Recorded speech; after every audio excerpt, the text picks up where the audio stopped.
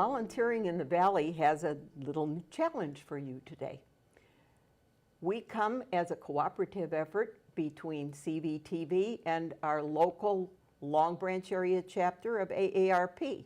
And our purpose is to make you, the viewers, aware of volunteer opportunities in the community, projects or events that are going on where you might want to get up out of your chair, turn off your TV, shut down the computer, and come out and do some one-on-one kinds of things in the community. Today, our event and or project is called Serving Saturdays. And this is something that's been a project through our local Methodist church.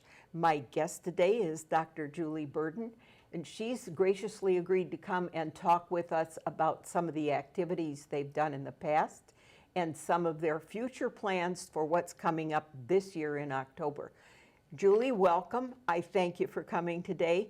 Tell us a little bit about the history of Serving Saturdays.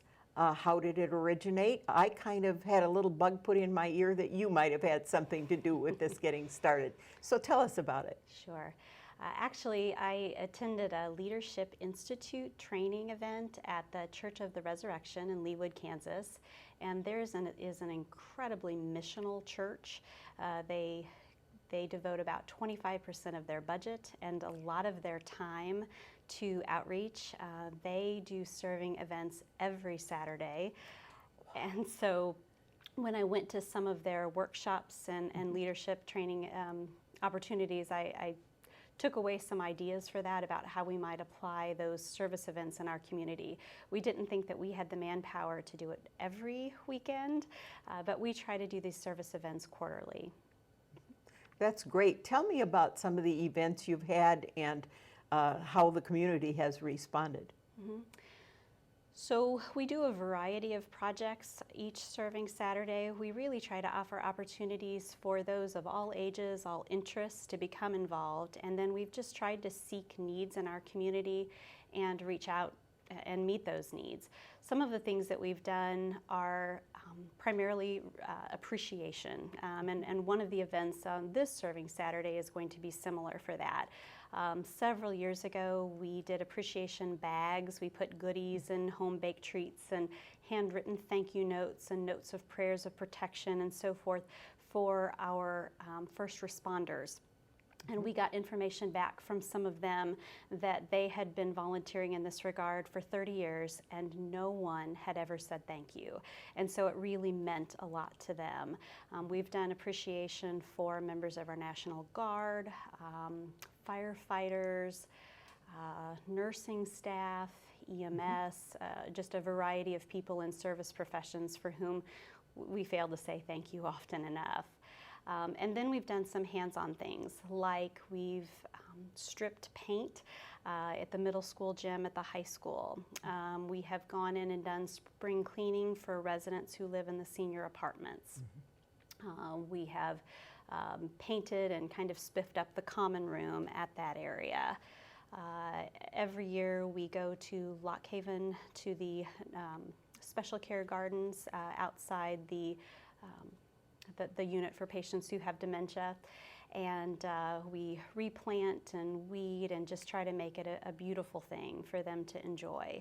So it's quite a variety of events that we do.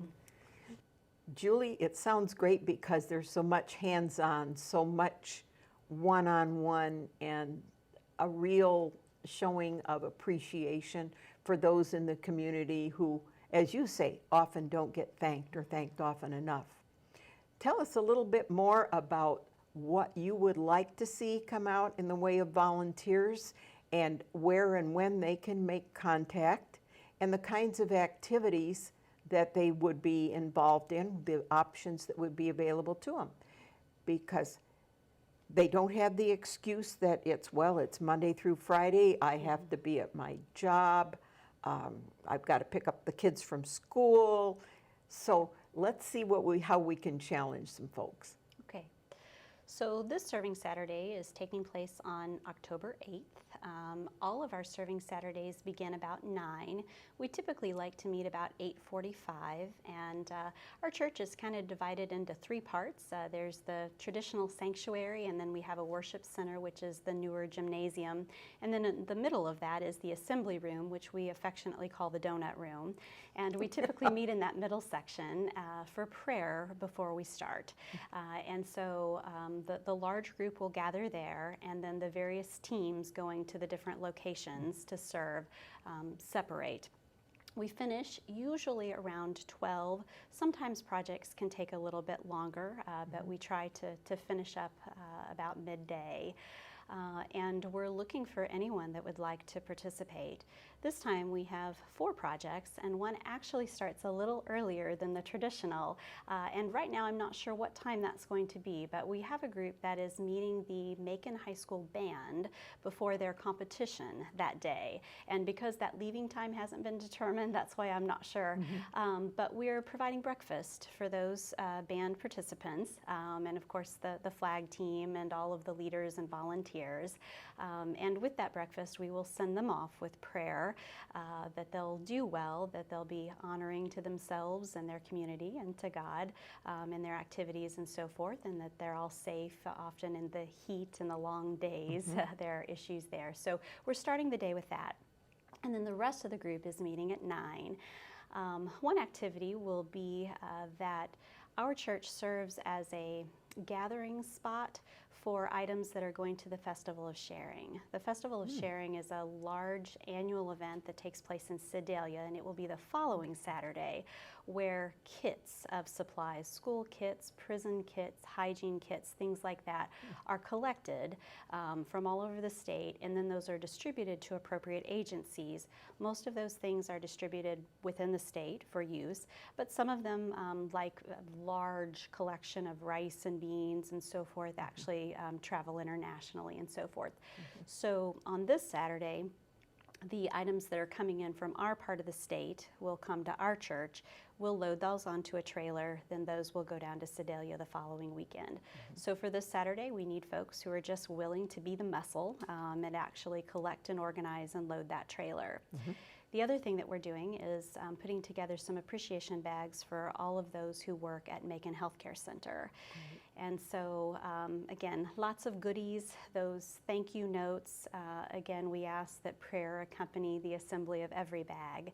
And so we'll be putting those together. And it just takes a little bit of organization and a lot of hands to get those together. We also try to decorate them and make them look really pretty so that the folks receiving them understand that they're special and appreciated. And so folks with a gift for some artistry would be appreciated there. And then one of the more fun activities that we're doing is what's called a rainbow ride. The Rainbow Network is an organization that started about 20 years ago with a gentleman named Keith Jaspers in Springfield. It reaches to Nicaragua, which is one of the poorest countries in Central America. And it's an organization that really focuses on helping the citizens of Nicaragua come out of their poverty in a sustainable way. It really is that hand up. And our church has partnered with them many times. We've taken mission teams to Nicaragua. And so as a part of the Festival of Sharing that I mentioned earlier taking place in Sedalia, they do a rainbow ride, a very large distance. People get sponsors, and then the money goes directly to the Rainbow Network. What we're doing is a little bit different. We'll actually have 3 courses. One of them is what we call trikes and training wheels. And so our littlest members will be riding along on the church grounds through a little obstacle course of cones and things like that. And then kind of our less experienced riders, usually elementary age kids, will do a 2 to 5 mile course that is mapped out around the church. And so we need riders, but we also need those willing to ride with them. And then our more experienced riders do a 15-mile course in town. And so when you participate, what you're committing to is that you will complete this ride on behalf of those in Nicaragua. And then we ask for financial sponsors, and the sponsors say, I commit to supporting you for completing this ride. It's a one-time commitment. We don't come back and say, I went this many miles, therefore I need this many dollars for you, nothing like that. The dollars directly this time, often we've done student sponsorship to get children to school, but this time the dollars are actually going to go to purchase medications. The Rainbow Network actually employs 7 physicians that are Nicaraguan, and they travel to the rural mountainous communities and so forth, and they take a tote of medications. When those medications are gone, they're gone, and there just isn't any ready access to pharmacies, and certainly not the money. So we'll be sending the money to purchase medications to go in those physicians' totes to help treat the patients. So people can get involved in any of those areas by sponsoring or participating directly. And you know, some of these results we'll never see about personally, but what could be more satisfying than to spend a Saturday morning, bring the kids almost from the littlest ones, because she's talking about 3 different courses, and help your young family understand that by going out and doing something that they really enjoy, they can help somebody else. And within our community, the benefit we have there is that we build caring, we build a sharing attitude, we build a community feeling that when we understand there are needs, that there are ways for us to step up and help and fill those. And I love the bags for the caregivers. Those are not, for the most part, glamorous jobs. And most of those people are very dedicated workers. They love what they do. I don't think I could do what they do, but for them, it's satisfying. But we should understand as a community that without those caregivers, a lot of our seniors who can't live on their own any longer for whatever reason, a lot of disabled folks who can't live on their own anymore, there have to be folks like that who've dedicated their lives to caring for them.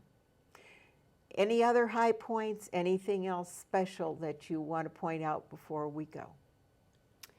If you want to participate in the Rainbow Ride, it would be helpful to come pick up a packet from the church prior to that, but it is not necessary. You're certainly welcome just to come and continue to look for other opportunities. Again, we do this about quarterly, and so we'll pick up with more fun in the future.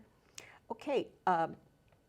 How far, for instance, ahead of your activity date do you have your specific activities planned, so that if somebody says, well, gee, I can't do it this time, but I would definitely like to know when the next one is going to happen, and look at what the activities are, because maybe there's going to be something that's a great fit for me and my family.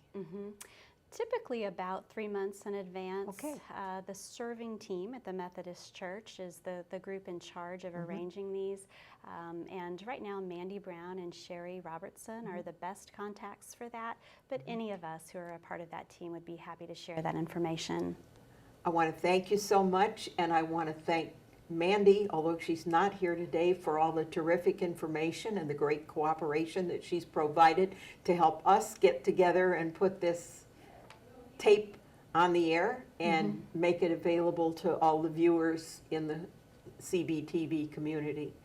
So once again, we want to thank all of you out there who are volunteering, and a special shout out to all of those who helped our Long Branch area chapter with our big food drive.